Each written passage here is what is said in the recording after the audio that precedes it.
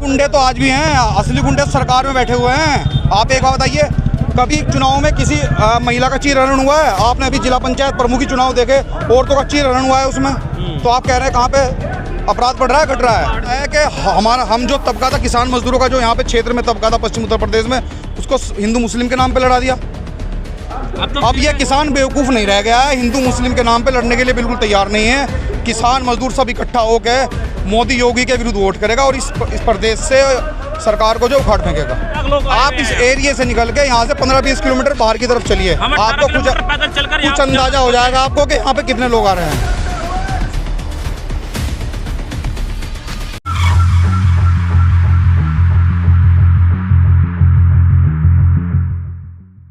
मुजफ्फरनगर में महापंचायत है और महापंचायत में लाखों किसान यहाँ पर आए हुए हैं।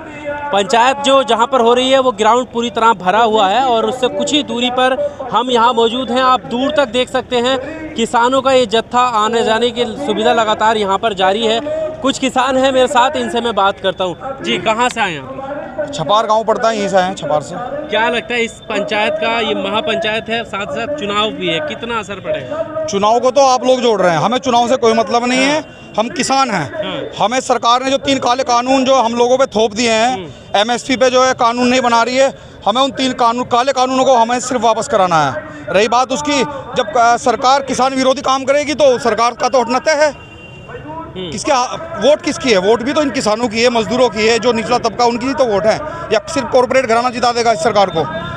मोदी और योगी सरकार अगले कुछ चंद महीनों की सरकार रह गई है और 2022 में उत्तर प्रदेश की जनता इसे योगी मुक्त कर देगी, इस प्रदेश को योगी मुक्त। अच्छा, वो कह रहे हैं कि कोई भी फर्क पड़ने वाला नहीं है। फर्क नहीं पड़ रहा, आपको दिख नहीं रहा है क्या? आप कहाँ पे है? ये मुजफ्फरनगर की जमीन है, जो ये क्रांतिकारी जमीन है और इस जमीन से जब आंदोलन उठता है तो पूरे देश में फैलता है। इसी मुजफ्फरनगर की ज़मीन ने सरकार को लेके आई थी और यही ज़मीन आज इस सरकार को उखाड़ेगी।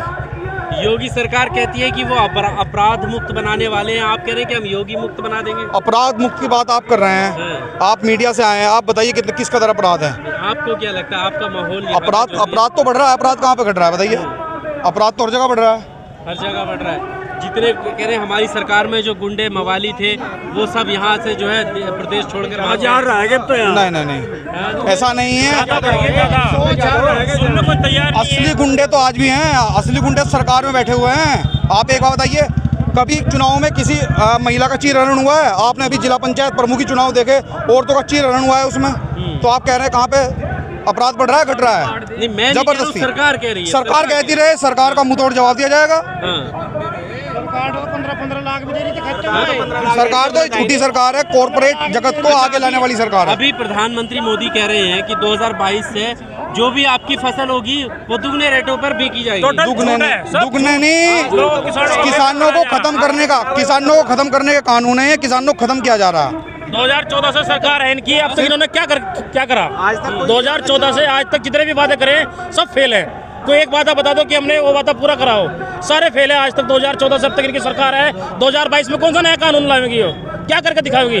किसानों को तो बर्बाद कर दिए, कुछ भी नहीं बचा किसानों के पास। तो पेट्रोल की देखो 103 रुपए, 104 रुपए, 900 रुपए सिलेंडर। कांग्रेस की सरकार में क्या था और इनकी सरकार में क्या करके दिखाया इन्होंने? गन्ने का रेट जो वही का वही है। 10 साल हो गए, सरकार अब भी तो चल रही है। क्या करके दिखाया इन्होंने, बताइए क्या करके दिखाया है? किसानों के 10 रुपए तो बढ़ा नहीं पाई है 5 साल में। ये आय दुगनी कहाँ से कर देगी? अब बढ़ाई तो है, कहाँ बढ़ाए हैं? 5 रुपए बढ़ाए। क्या बढ़ाया है? वो क्या है? वो केंद्र सरकार ने बढ़ाया है। केंद्र सरकार 50 रुपए बढ़ाए थे, जब भी कोई वो नहीं है। सरकार जो रेट जो तय होता है वो यूपी गवर्नमेंट तय करेगी। यूपी गवर्नमेंट ने पिछले 5 साल में सिर्फ एक बार 10 रुपए बढ़ाया है, तो कहाँ बढ़ाया है? मुजफ्फरनगर से पंचायत की शुरुआत हुई है, तो क्या लगता है कि इस महापंचायत के बाद, जैसा अभी मैंने शुरुआत में आपसे एक सवाल किया कि साथ में चुनाव भी है, तो आपने कहा कि आपके लिए हम चुनाव के लिए नहीं आए हैं, लेकिन चुनाव का बहुत बड़ा महत्व है। जैसा अभी आपने कहा कि हम योगी मुक्त कर देंगे, तो वो भी तो चुनाव के थ्रू ही करोगे? नहीं, क्योंकि वो किसान विरोधी सरकार है, मजदूर विरोधी सरकार है। तो जो हम लोगों को, जो सरकार हमारा उत्पीड़न कर रही है, किसानों का उत्पीड़न कर रही है, तो उसका क्या किया जाएगा? उसे दोबारा लाने देंगे यूपी में? फिर कौन सी सरकार आएगी? हमें इससे कोई मतलब नहीं है कौन आया कौन नहीं आएगा। अच्छा सोचेगी जो सरकार किसानों के लिए जो है हमारा मूल्य बढ़ावेगी, हमारी फसलों का वाजिब दाम दिलाएगी, किसान उस सरकार को वोट करेगा। हम किसी सरकार के किसी एक पार्टी के बंधक मजदूर नहीं है, हम किसान हैं। की बात करती है आरएलडी, यहाँ पर यहाँ की आपकी पार्टी है, यहाँ पर उसी को आपने हरा दिया। बीजेपी के यहाँ से कैंडिडेट जीते हैं, फिर आप कैसे कह सकते हैं कि जो किसान करेगी? सरकार ने पहली बात तो यह है कि टोटल बेईमानी करवाया आप पूरे देश में। क्या में चुनाव में धांधली कराती है सरकार, ईवीएम में गड़बड़ी कराती है सरकार। और सुनिए, सबसे बड़ी चीज क्या है कि हम जो तबका था किसान मजदूरों का, जो यहाँ पे क्षेत्र में तबका था पश्चिम उत्तर प्रदेश में, उसको हिंदू मुस्लिम के नाम पे लड़ा दिया। अब ये किसान बेवकूफ़ नहीं रह गया है, हिंदू मुस्लिम के नाम पे लड़ने के लिए बिल्कुल तैयार नहीं है। किसान मजदूर सब इकट्ठा होकर मोदी योगी के विरुद्ध वोट करेगा और इस प्रदेश से सरकार को जो उखाड़ फेंकेगा। फिर से अयोध्या से जो है पॉलिटिकल पार्टियां शुरू करने वाली हैं चुनाव की तैयारी। मैं कह रहा हूँ हमसे आप जो चुनावी संबंधी बात ही मत करिए। राजनीति कौन अयोध्या से कर रहा है और कौन काशी से कर रहा है, कौन कहाँ से कर रहा है, हमें उससे मतलब नहीं है। मुजफ्फरनगर की ज़मीन किसानों की ज़मीन है। मुजफ्फरनगर जो पश्चिम उत्तर प्रदेश की जान है। आज यहाँ से जो ये रैली हो रही है, महासंग्राम आपको दिख रहा होगा, जितना बड़ा ये मैदान है उससे कम से कम 10-15 गुना ज़्यादा लोग सड़कों पे हैं। कितने लोग हैं आइडिया बताइए? मेरे ख्याल से तकरीबन के करीब है। 70-75 लाख लोग हैं। 70-75 लाख लोग हैं। कम से कम आप 70 लाख लोग आप इस एरिया से निकल के यहाँ से 15-20 किलोमीटर बाहर की तरफ चलिए, आपको कुछ अंदाजा हो जाएगा आपको कि यहाँ पे कितने लोग आ रहे हैं।